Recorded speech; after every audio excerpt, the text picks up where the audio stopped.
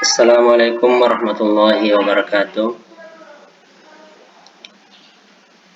Bismillah walhamdulillah wassalatu wassalamu ala sayyidina rasulillah amma ba'du. Anak-anakku semua kelas 7, insyaallah pada materi kali ini yang akan kita bahas dengan tema Al-Quran dan Hadis Pedoman Hidupku. Itulah tema dari bab pertama.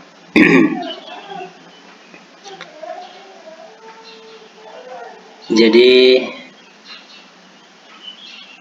saya ulangi kembali untuk memperjelas. Tema dari bab pertama ini adalah Al-Quran dan Hadis Pedoman Hidupku.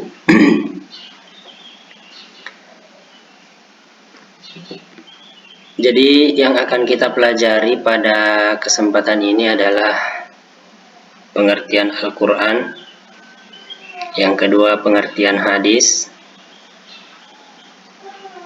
apa fungsi Al-Quran bagi manusia,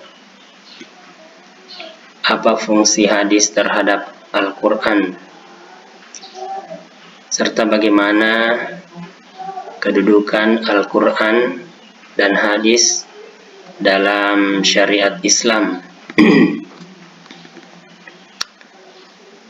Sebagaimana kita ketahui bersama bahwa Al-Quran adalah sumber pertama dalam ajaran Islam, dan yang kedua adalah hadis yang menjadi sumber kedua dalam agama Islam.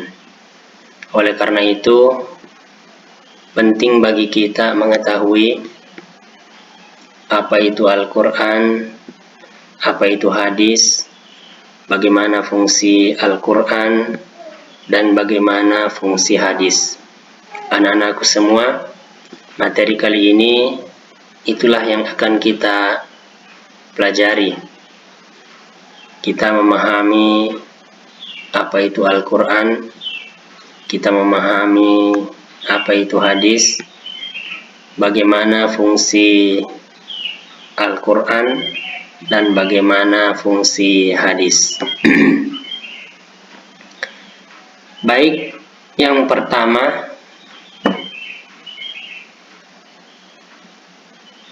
sebagaimana kita lihat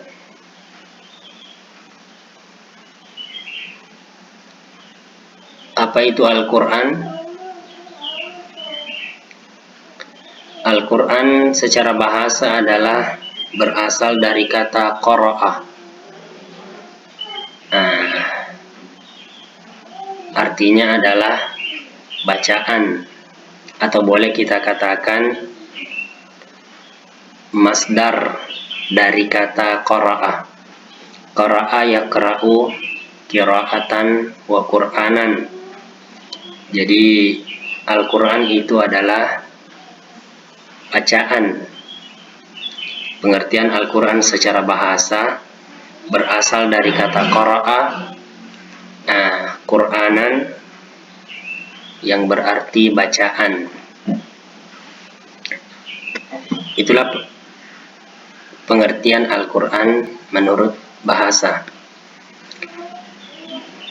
Sedangkan menurut istilah, Al-Quran adalah kalamullah yang menjadi mukjizat yang diturunkan ke dalam hati Nabi Muhammad SAW, diriwayatkan kepada kita secara mutawatir, dan membacanya dinilai sebagai ibadah. Ya, seperti itulah pengertian Al-Quran menurut istilah.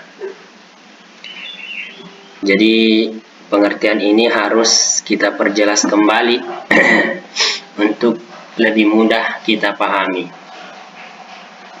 Yang pertama adalah Al-Quran adalah kalamullah, firman Allah. Ya, jadi Al-Quran itu adalah kalamullah, firman Allah, wahyu dari Allah. Al-Quran adalah firman Allah, bukan firman manusia, bukan firman Muhammad, bukan firman makhluk yang lain, jin dan sebagainya. Tapi Al-Quran itu adalah kalamullah, firman Allah, wahyu dari Allah yang menjadi mukjizat. Ya, jadi Al-Quran itu adalah mukjizat, bahkan mukjizat Nabi Muhammad SAW yang kekal sampai hari akhir. Ya, mukjizat Al-Quran adalah kekal.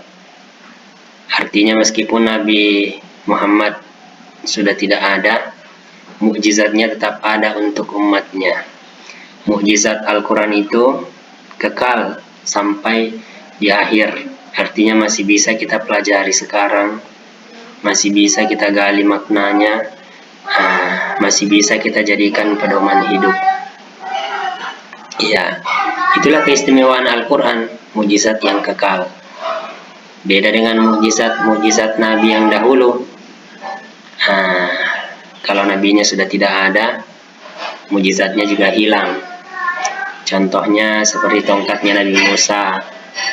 Ya, tongkat yang menjadi mukjizat itu juga sudah hilang seiring dengan wafatnya Nabi Musa. Tapi kalau Al-Quran menjadi mukjizat, meskipun Nabi sudah wafat, mukjizatnya tetap ada, tetap kekal, tetap menjadi petunjuk, pedoman yang diturunkan ke dalam hati Nabi Muhammad SAW. Jadi Al-Quran itu diturunkan kepada Nabi Muhammad SAW, bukan kepada Nabi yang lain. Ya, bukan kepada Nabi yang lain. Hanya diturunkan kepada Nabi Muhammad. Kan ada juga wahyu yang khusus diturunkan kepada Nabi yang lain seperti Zabur, ya, Taurat, Injil. Itu turun kepada nabi-nabi yang lain. Taurat turun kepada Nabi Musa, Injil kepada Nabi Isa, Zabur kepada Nabi Daud. Tapi kalau Al-Quran, ya, diturunkan kepada Nabi Muhammad SAW. Diriwayatkan kepada kita secara mutawatir. Jadi Al-Quran itu sampai kepada kita hari ini kita baca itu secara mutawatir. Bagaimana maksudnya diriwayatkan kepada kita secara mutawatir? Artinya turun-temurun sampai kepada kita, disampaikan oleh orang yang sangat banyak. Ya, dan banyaknya itu, saking banyaknya, mustahil mereka sepakat untuk berbohong. Itulah yang disebut mutawatir. Jadi Allah menyampaikan kepada malaikat Jibril. Jibril diberikan amanat memberikan pembawa wahyu kepada Nabi Muhammad. Nabi Muhammad menyampaikan kepada sahabatnya. Banyak sahabatnya itu menyampaikan kepada tabi'in. Banyak juga tabi'in itu menyampaikan kepada sahabatnya yang disebut tabi'in. Begitu seterusnya sampai kepada para ulama, sampai kepada guru mengaji, sampai kepada kita sekarang ini. Itulah yang disebut diriwayatkan kepada kita secara mutawatir, sampai kepada kita dengan jalur yang sangat banyak orang yang menyampaikannya. Ya, jadi mustahil mereka sepakat untuk berbohong karena banyaknya yang menyampaikan. Itulah maksudnya diriwayatkan kepada kita secara mutawatir. Dan membacanya dinilai sebagai ibadah. Jadi membaca Al-Quran itu dengan sendirinya menjadi ibadah. Tidak seperti bacaan-bacaan yang lain. Kalau kita sekedar membacanya, tidak bernilai ibadah. Tapi Al-Quran, jika kita membacanya, apakah difahami artinya, maksudnya atau tidak, dengan membacanya sendiri sudah menjadi ibadah. Bahkan menjadi ibadah yang paling afdol, yang paling mulia.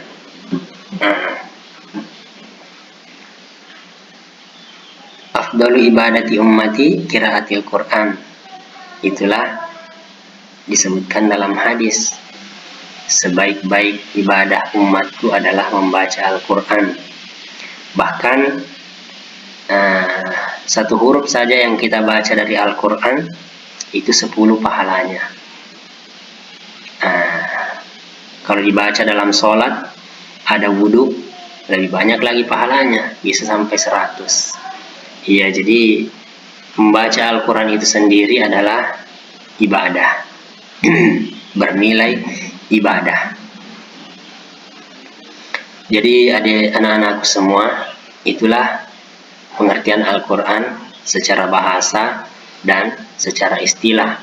Saya ulangi kembali, Al-Quran menurut bahasa berarti bacaan, sedangkan menurut istilah adalah kalamullah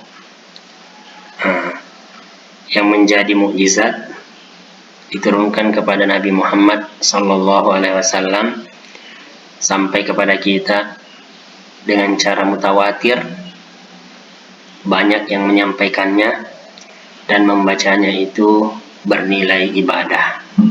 Itulah pengertian Al-Quran secara bahasa dan istilah. Oke, selanjutnya kita pindah kepada pengertian hadis. Ya. Jadi hadis itu adalah sinonim dengan kata sunnah. Artinya serupa dengan kata sunnah. Kita biasa mengatakan hadis, bisa juga kita mengatakan sunnah. Menurut bahasa, hadis itu berarti baru, tidak lama. Bisa juga berarti cerita atau perkataan.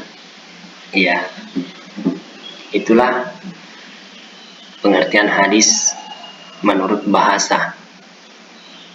Sedangkan menurut istilah adalah setiap sesuatu yang diriwayatkan dari Rasulullah SAW dari perkataan, perbuatan, dan penetapan, sifat atau perjalanan Nabi SAW baik sebelum atau sesudah diutus menjadi Rasul.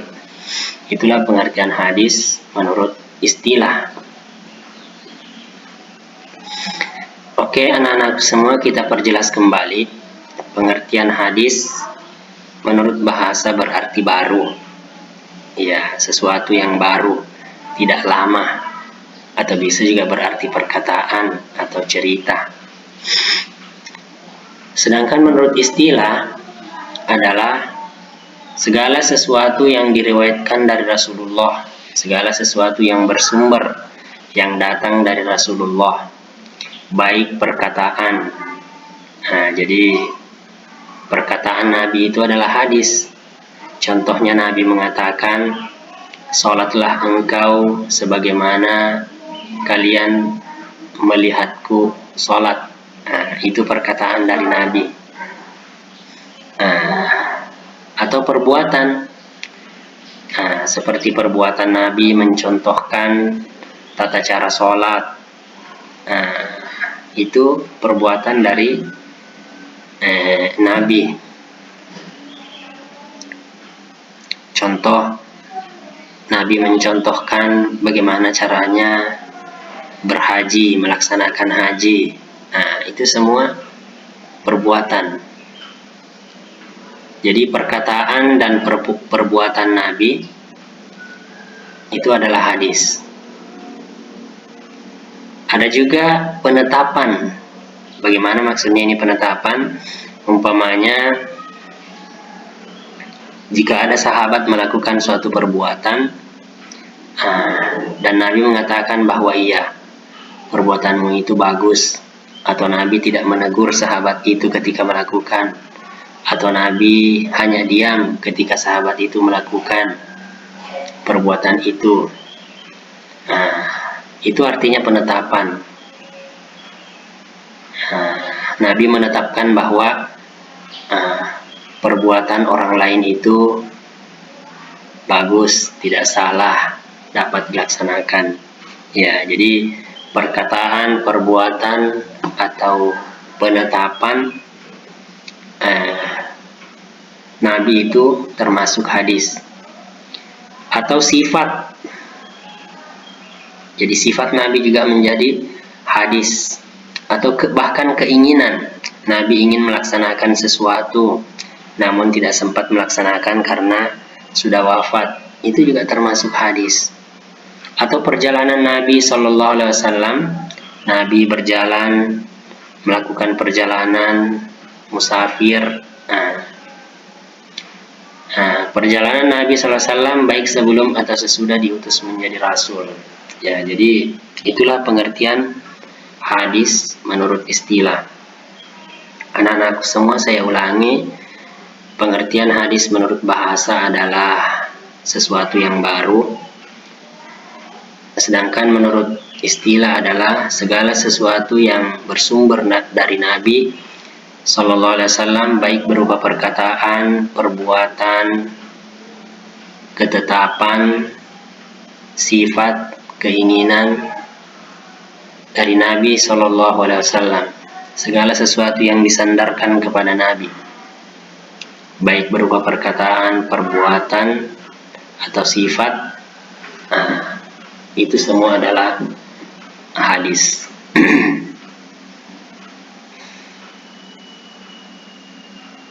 Jadi itulah pengertian hadis menurut bahasa dan istilah. Saya perjelas kembali, hadis menurut bahasa adalah sesuatu yang baru atau perkataan, sedangkan menurut istilah adalah segala sesuatu yang bersumber dari Nabi SAW, baik berupa perkataan, perbuatan, ketetapan, dan sifat Nabi. Itulah yang dimaksud dengan hadis. Baik anak-anakku semua, selanjutnya kita pindah ke fungsi Al-Quran. Bagaimana fungsi Al-Quran bagi manusia, ya. Jadi Al-Quran bagi manusia itu berfungsi sebagai pedoman atau petunjuk, ya. Sebagaimana bisa kita lihat atau kita cari nama-nama lain dari Al-Quran, karena Al-Quran itu fungsinya bisa kita lihat dari namanya. Maksud saya, Al-Quran itu tidak mempunyai hanya satu nama, akan tetapi ada nama-nama lain dari Al-Quran, dan dari namanya itu tercermin fungsinya.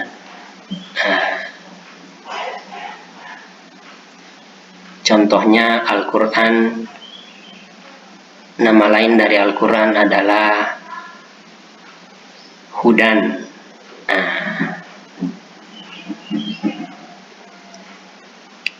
Itu berarti petunjuk. Al-Quran, nama lain Al-Quran adalah Syifa,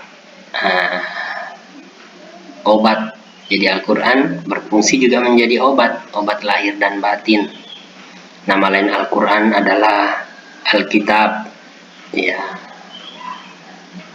Zalikal kitabu la raiba fi. Kitab, Alkitab itu, Al-Quran itu tidak ada keraguan. Jadi anak-anakku semua, ada nama-nama lain dari Al-Quran selain dari nama Al-Quran itu sendiri. Dan dari nama itu tercermin fungsinya.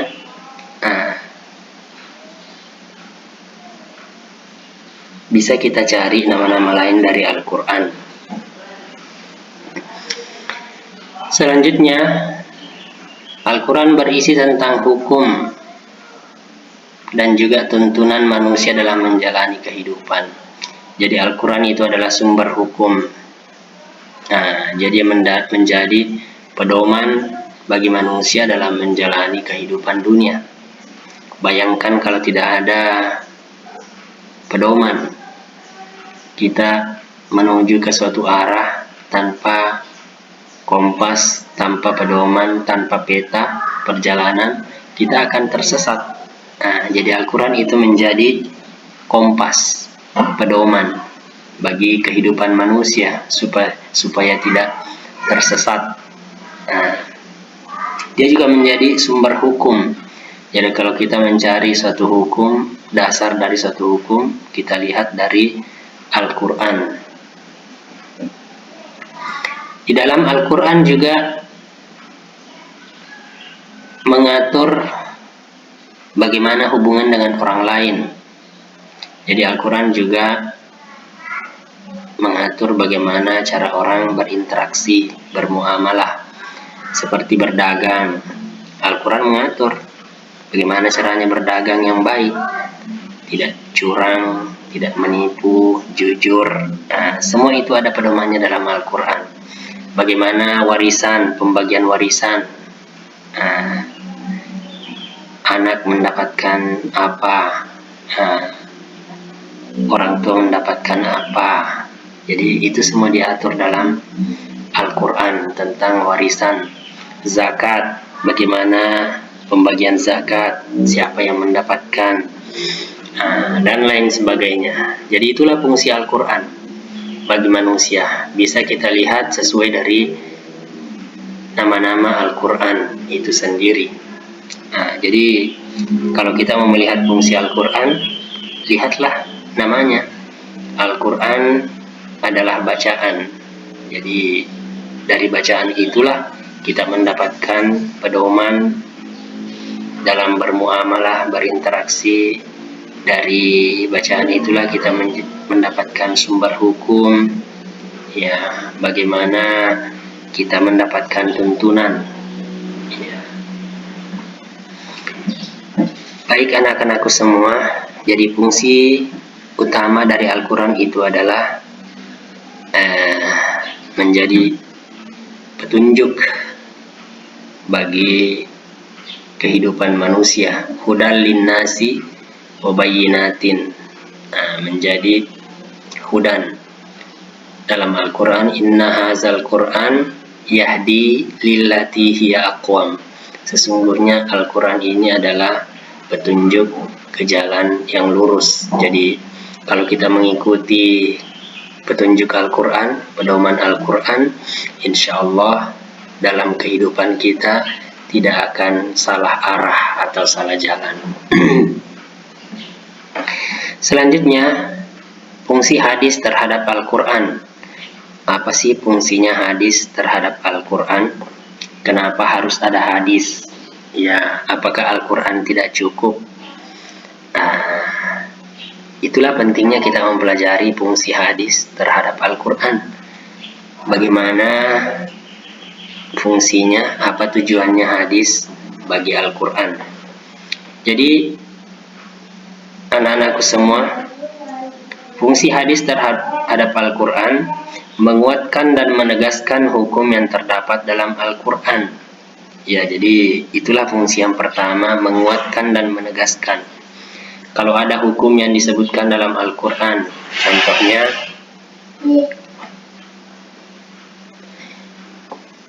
Al-Quran mengatakan, Allah mengatakan dalam Al-Quran, ya ayyuhallazina amanu kutiba alaikumusiyam, wahai orang beriman, diwajibkan bagi kalian berpuasa.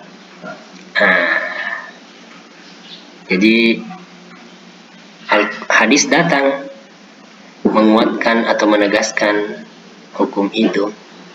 Bagaimana? Contohnya dia menegaskan, dia menguatkan. Ada orang bertanya kepada Nabi, ya Rasulullah, puasa apa yang diwajibkan? Nabi mengatakan, diwajibkan bagi kalian puasa bulan Ramadan. Kecuali hanya puasa bulan Ramadan yang diwajibkan, yang lainnya adalah sunnah.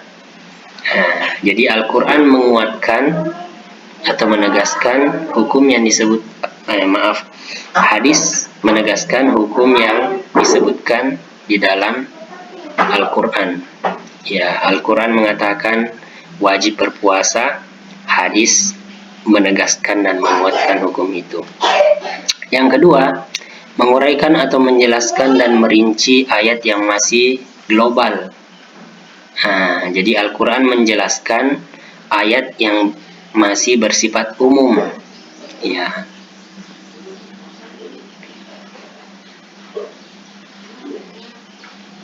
Ya, Al-Quran merinci ayat yang masih global. Contohnya, Al-Quran mengatakan wa aqimus shalah, dirikanlah sholat. Jadi itu masih bersifat global, belum bisa dipahami. Datanglah hadis menjelaskan bagaimana tata cara kita melaksanakan sholat, sholat apa yang diwajibkan, berapa rakaat. Itu adalah hadis yang merinci semua itu. Makanya Nabi mengatakan, sholatlah kalian sebagaimana kalian melihatku sholat. Karena Al-Quran hanya menyebutkan secara global, wa aqimus shalah, dirikanlah sholat. Disitulah hadis berfungsi. Hadis yang menjelaskan, hadis yang menguraikan tata cara sholat, rukun sholat, rakaat sholat, waktu-waktu sholat. Itu dijelaskan dalam hadis. Jadi fungsi hadis terhadap Al-Quran yang kedua adalah menjelaskan Al-Quran. Jadi hadis menjelaskan Al-Quran. Jadi anak-anakku semua, fungsi yang kedua hadis itu adalah untuk menjelaskan Al-Quran. Selanjutnya, menetapkan dan mengadakan hukum yang tidak disebutkan dalam Al-Quran. Umpamanya, ada hukum, ada suatu hukum. Kita cari hukumnya tidak ada dalam Al-Quran. Kalau tidak kita dapatkan dalam Al-Quran, kita cari dalam hadis. Jadi fungsi yang kedua dari fungsi yang selanjutnya dari hadis itu adalah menetapkan hukum yang tidak disebutkan dalam Al-Quran. Dan yang selanjutnya adalah membatasi keumuman ayat. Jadi kalau ada ayat yang bersifat umum, maka datanglah hadis membatasi keumuman itu. Contohnya seperti ini. Al-Quran mengatakan, ya ayyuhallazina amanu idza nudiya lis-sholati min yaumil jum'ati fas'au ila zikrillah. Wahai seluruh orang yang beriman, jika kalian dipanggil untuk sholat Jumat, maka bergegaslah. Jadi semua orang beriman dipanggil, diwajibkan untuk melaksanakan sholat Jumat. Apakah semua orang sholat Jumat? Tentu tidak. Karena itu bersifat umum. Datanglah hadis membatasi. Sholat Jumat itu wajib kecuali bagi wanita, kecuali bagi anak kecil, kecuali bagi yang sakit. Jadi perintah dalam Al-Quran secara umum, semua orang beriman diwajibkan sholat Jumat. Tapi hadis membatasi perintah yang umum itu. Hadis mengkhususkannya bahwa sholat Jumat khusus bagi laki-laki, bukan bagi wanita. Khusus bagi orang dewasa, anak kecil tidak. Khusus bagi orang yang sehat. Itulah maksudnya. Hadis membatasi keumuman ayat Al-Quran. Anak-anak semua, dari penjelasan itu dapat kita pahami bahwa fungsi utama dari hadis itu sangat jelas bagi Al-Quran.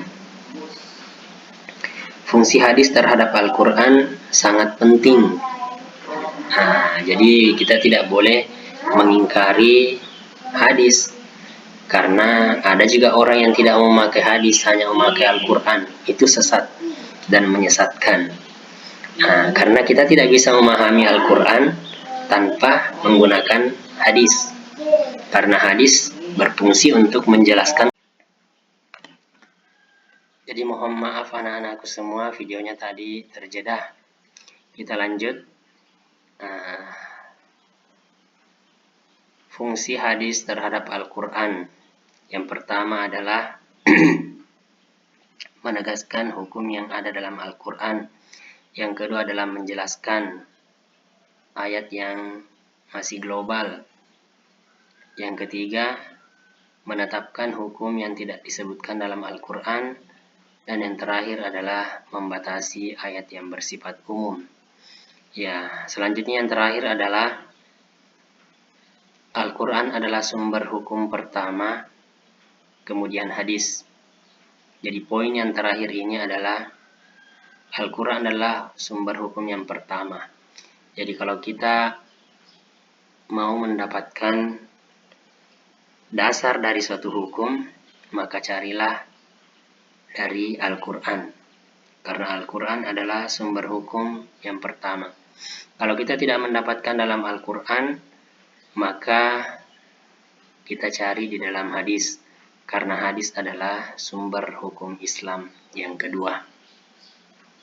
Jadi anak-anakku semua, sebagai kesimpulan dari video kali ini, ada 5 poin yang harus kita pahami. Poin yang pertama adalah pengertian Al-Quran. Poin yang kedua adalah pengertian hadis. Poin yang ketiga adalah fungsi Al-Quran bagi manusia. Bagaimana fungsi Al-Quran bagi manusia. Poin yang keempat adalah fungsi hadis terhadap Al-Quran. Bagaimana fungsi hadis terhadap Al-Quran.